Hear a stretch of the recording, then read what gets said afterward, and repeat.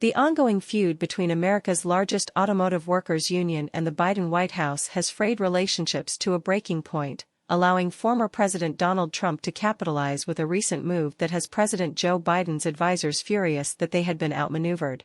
Earlier this week, President Trump announced his intention to visit Michigan, a key swing state and site of the first strike in 100 years to affect all three of the nation's major auto companies.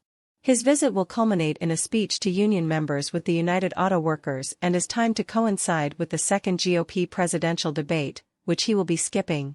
President Biden, who has yet to visit with union members, has fallen behind in the race to keep blue-collar Michigan workers in his corner, advisors told Politico. Trump scooped us.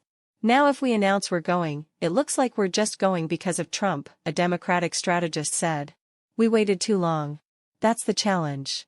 We should not underestimate Donald Trump, Representative Ro Khanna, Democrat California, told Politico. He's a survivor and this is going to be a very hard-fought campaign. We need a message to working-class Americans, Khanna continued.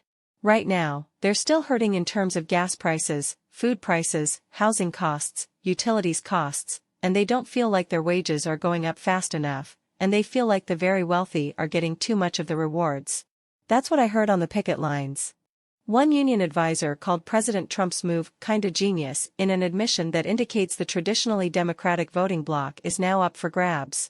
Asked for comment, the Biden campaign blustered that President Trump's policies would be bad for working Americans.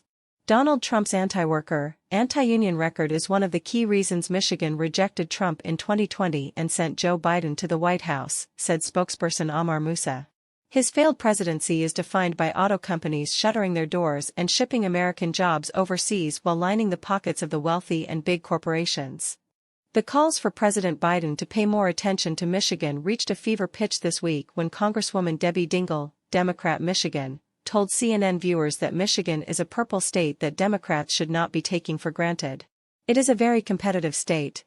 And Donald Trump would do well in Michigan right now.